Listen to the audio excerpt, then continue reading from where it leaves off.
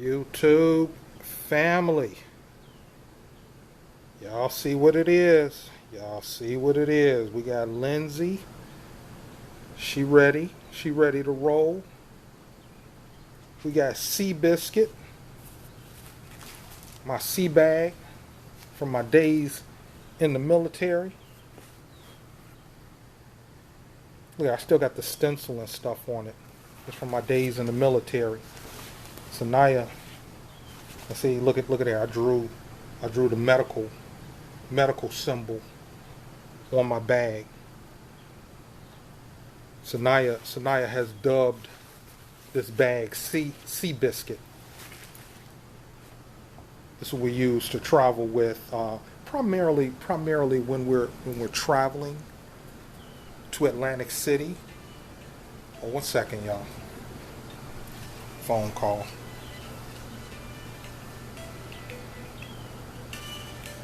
It's SAYNIA again. Okay, she hung up. Hold 1 second, y'all. Hold 1 second. And guess what? You know, she's probably going to tell me that she's tingly.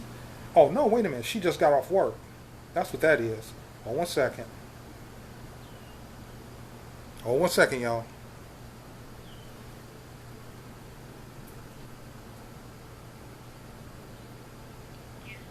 Yes, ma'am. All right, awesome. You just have time, and whenever I'm making a video, to call me in the middle of these videos. I know you don't know it. I know you don't know. I know, but it's just amazing how you call when I'm in the middle of doing a video. Okay, gotcha. All right, so you off work? Okay, you waiting on the bus? Okay, all right. Handle your business. Handle your business. And let me get back to this video. This is the last video before we leave. All right. So, all right now. All right. All right. Bye bye. What I tell y'all, I can almost feel. I can almost feel when she's calling me. Um, but let's get back to the video. All right. Yeah, she dubbed this sea bag Seabiscuit, and primarily whenever we're traveling, I just want to make sure my phone is off. Okay, whenever we're traveling to Atlantic City, you know, via Greyhound or Amtrak, this sea bag is perfect luggage. It is perfect luggage because I can put everything in it, and you know I really can't travel with this when I'm flying because I would have to check it and all that. And I like to keep my bags with me. Although Seabiscuit is probably going to go under the bus, you know, but that's I'm going to be packing that up, and we really don't have a lot to pack. You all might have seen the video that I posted earlier, where Lindsay came in real handy in the Philadelphia airport, because it was unusually cold in Philadelphia airport, Philadelphia train station. It was unusually cold that night in the train station. But this is gonna be my little outfit. Like I did a video. I'm gonna be rocking my little Ralph Lauren board shorts and just a simple white tee, nothing special. And then my bucket hat. As a matter of fact, I'm about to throw that on for this video. I'm throwing my bucket hat for this video.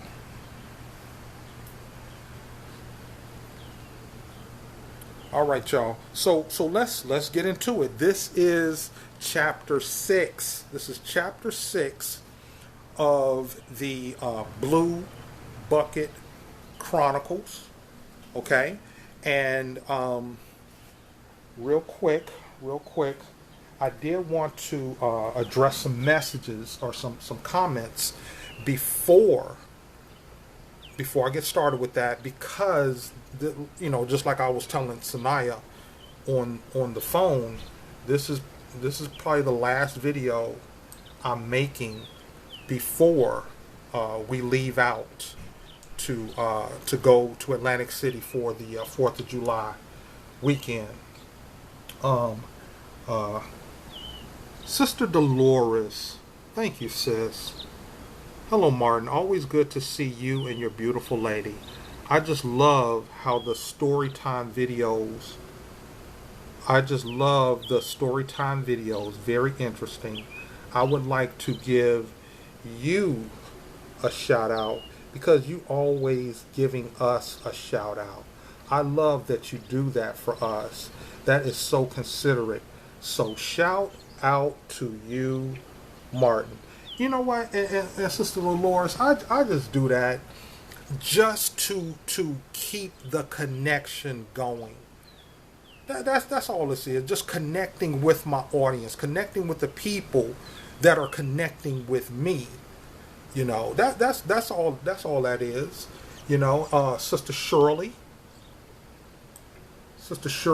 left a comment, or Miss Shirley. She's an older woman, so I want to be respectful. Hi, I love the videos when you respond to the evil message. You know what, said Miss Shirley? You know, there are people who say, Martin, ignore the negative and this, that, and the other. Sometimes I have to address it. I know who I am. I know who I am as a child of God, and I recognize evil when I see it. Okay? I recognize evil when I see it. The thing is this, I know my purpose. And I'm doing God's work through my YouTube channel. Okay? So people can come against me all they want. If you think this is just a regular YouTube channel, I think you all are already realizing it's not, because I don't do my videos like everybody else. My channel don't look like everybody else. I don't make videos like the average YouTuber or content creator. I have a purpose. And what I've learned in life is men that don't have purpose, they find themselves doing evil things because they don't have nothing else to do. So thank you, sis. Well, once again, Miss Shirley. Look here, Miss Shirley, real quick. Your order is ready. Your order's ready to be shipped. As soon as I'm done with this video and get myself together, get cleaned up, I'm going to head to the post office and ship off your order. And then I got to get to the barber shop. We're going to be leaving out at 8 o'clock to get to the bus station over in the on the south side of Hampton Roads in Norfolk, and we're going to be riding Greyhound to get to Atlantic City. One last comment before I get into chapter 6. Sister Deanna.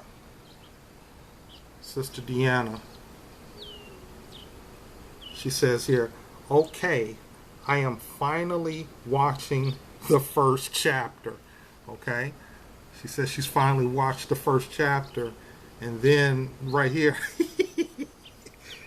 dang, I'm playing catch up with the videos and need to watch chapter 1 and 2 of Blue Bucket. Yep. Sis, you know, there's been a lot going on since you were kind of missing in action there for a while, but it's a good thing to see you back. Okay, so this video is chapter 6 of the Blue Bucket Chronicles. How me and SAYNIA became a couple. And just real quick, I know you all saw the video. This is the funny thing, y'all. This is the funny thing. Just as I ended the videos of us going to Atlantic City for the Memorial Day weekend, the ball drop, I'm beginning the videos for the Atlantic City trip for the 4th of July. Look at how that works out. Okay. I know y'all like, Martin, will you get to the video? We want to know about your relationship and how you came to be with SAYNIA. Here we go. Okay, so in chapter 5, oh, one second, y'all, let me make sure I got everything. Got my wallet, got my phone. Okay.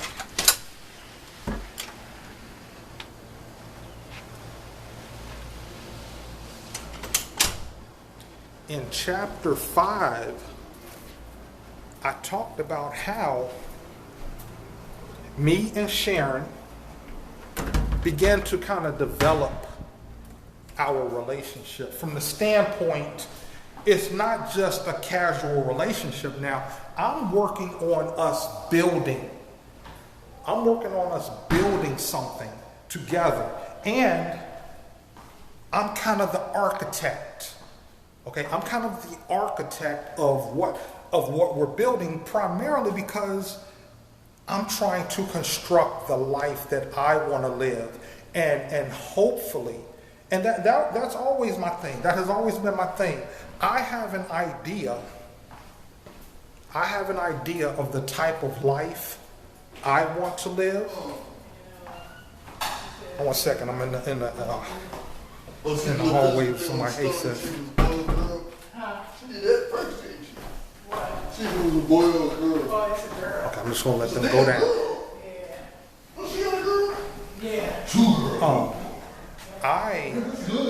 I have always had an idea of what kind of life I wanted to live,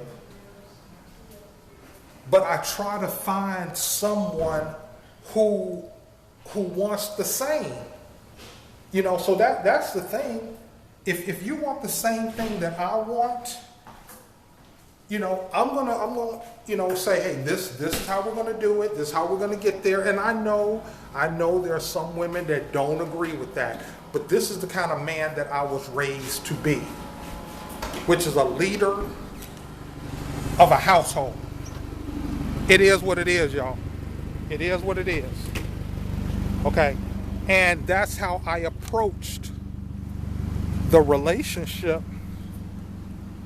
with Sharon. Let's see if I can find me a different spot to sit in. I guess I'll sit right here. I guess this will work.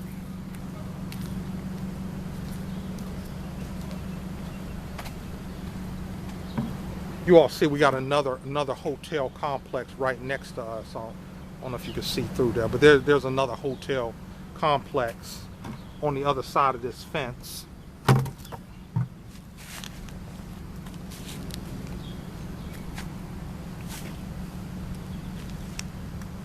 So as me and Sharon began to develop our relationship, you know, part of developing the relationship is the finances. Okay, how are we going to pay for things? How are we going to work together and bring our resources together to live the type of life that we want to live? You know, and the thing is, I've noticed that there are some women who don't think they need to bring resources to the there are some women who think they don't need to bring no resources to the equation. You do it all. You do it all. You know what? And now as I say that was something that Sharon told me when we were first really starting to date, that, you know, for her, she wanted a man that was going to pay all the bills and take care of everything. And, you know, she could just take her money. Yeah, that type of woman. That type of woman. You know, in the economy, in the tough economy that we live in,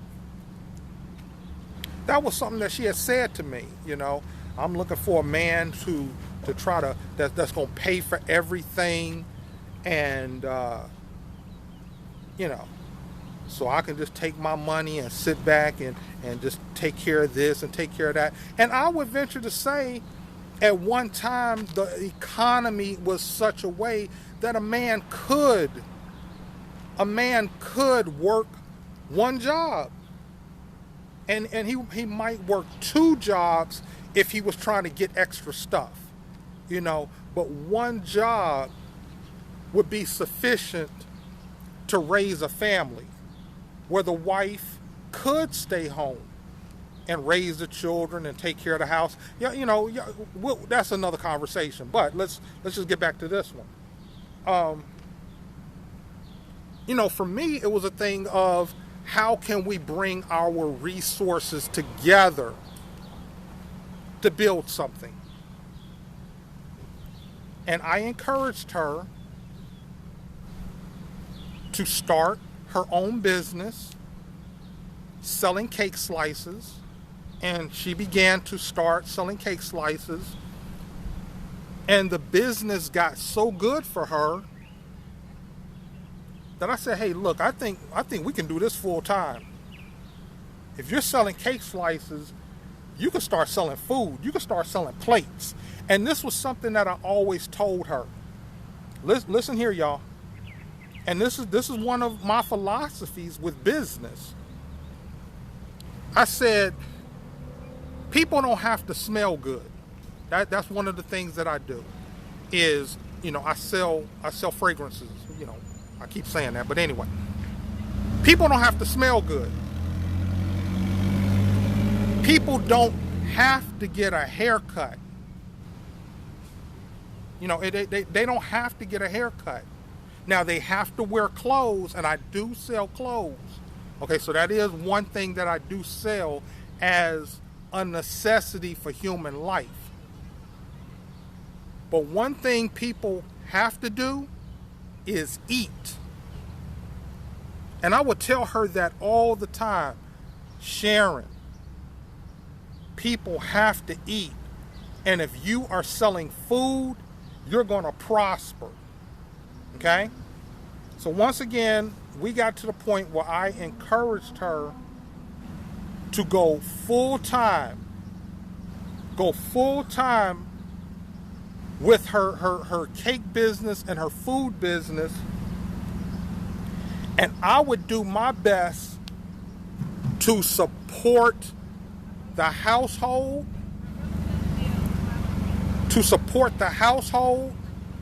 while she was building her business. Now, these were the things I was saying that I was going to do. Primarily because, once again, a lot of this was still going back to my desperation. So I was doing everything I could to make this work. Whatever I had to do to make this work, I was going to do it. And a lot of times it was to my detriment. And we're gonna really see in a few minutes. Okay? So, after New Year's Eve 2020, we came back home, and she put in her 2 weeks notice. She put in her 2 weeks notice at the grocery store. Because she had believed in what I had put together, the plans I had put together. Look, this is what we got to do, and we can do this. So once again, the first week of January, she put in her 2 weeks notice. And she was depressed. I mean, she shut down. Because primarily, she was scared.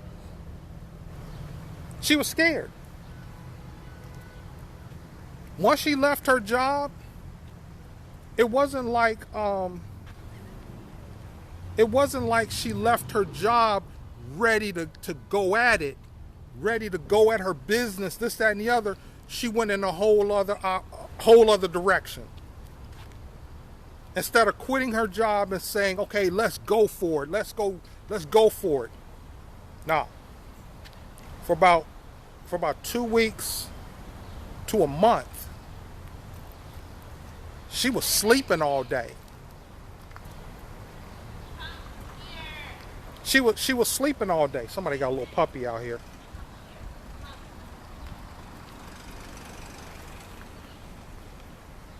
She was sleeping all day. And I'm like, hey, we got to do this and we got to do that and this, that, and the other. She fell into a deep depression. You know, and once again, I believe a lot of it was fear. Because she had always worked. She had always worked a job, you know. And I can't remember what got her out of that. Maybe I think it was she did start getting up and going back out and start selling cakes and things like that. And eventually she kind of got back into the groove of things. She got back into the groove of things. Okay? Here's what happened. Around, I think it was February, sometime in February, maybe January, Kobe Bryant died. Kobe Bryant died. And it marked the end of the world as we know it. It marked the end of the world as we know it. And I was still going through the sickness and the illness that I was dealing with on New Year's Eve, you know? And as things were starting to materialize, the news reports started talking about this virus that was going around, and primarily older people were dying. You know, I think one of the, I can't remember, it was somewhere in Italy, a whole lot of people were dying from this virus, you know. And next thing you know, they came out and started saying, hey, people got to stay inside. People got to stay inside. Stay home. Y'all remember that? Stay home. Hold on a second. I'm gonna move. I'm gonna move because I'm trying to do this video, and she's out here yelling at her dog while it's running around. I mean, that's what dogs do, right? So let me grab the blue bucket. Come on, buddy. Let me see if I can find me another spot to finish this video. Yeah, so the stay at home orders. That's what came out. The stay at home orders. You know? I mean, whoever heard of anything? Stay at home. I mean, it was all over the TVs. And I'm thinking, what do you mean stay at home? People got to go to work. People got to live. What does this mean for me living on the campus of Hampton University and you know, my business on the campus of Hampton University? What's that all about? Sure enough, they shut down the school. Who would have ever thought a college campus would be closed? Y'all remember those days? Who would have ever thought a college campus would be closed? And everything I had everything I had and everything I built was based on the campus of Hampton University. But all of a sudden, I mean, and also for Sharon. For Sharon. I mean, she was building her cake business off the students of Hampton University. So okay, wait a minute. What's going on here? Next thing you know, all of the students are instructed to leave the campus. Okay? And everybody that worked on the campus of Hampton University was encouraged or told to stay home.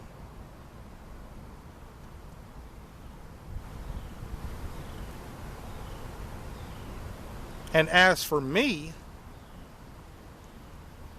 living in a rooming house on the campus of Hampton University meant, okay, I have to just stay in my room. When you say stay home, because my room in the rooming house was my home. But the thought of living on a desolate college campus in a rooming house was horrifying. Was horrifying.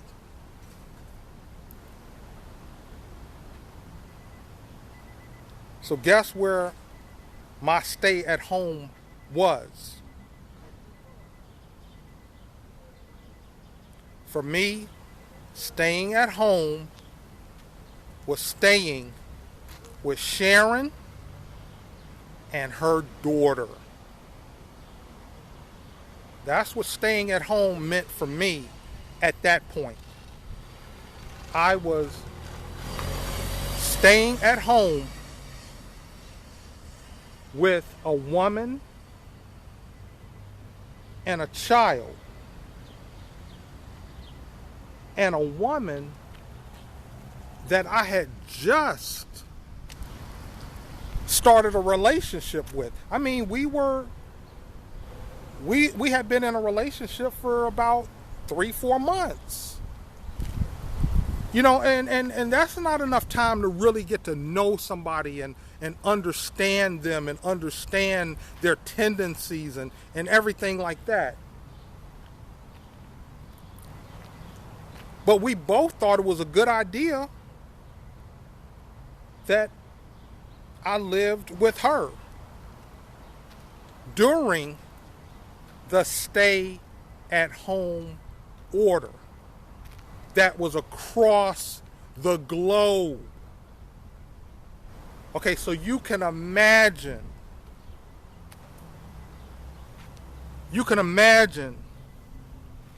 what happened when you are forced to shutter in with someone that you barely know.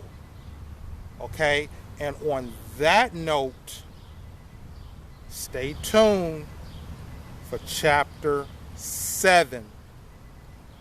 If you like this video, if you got something from it, if you got some understanding, you know, hit the like button. If you have any questions or positive or constructive comments, leave them in the comment section. And if you haven't subscribed to the channel, please consider subscribing. All right, y'all, let me get to business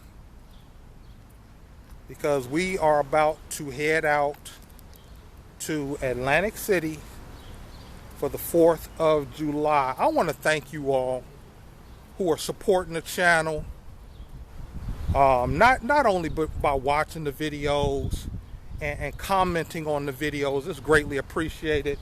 But when you all click on the eBay link at the bottom of this video, it is such a blessing when you all support the channel with your wallet. So I'm very grateful for that.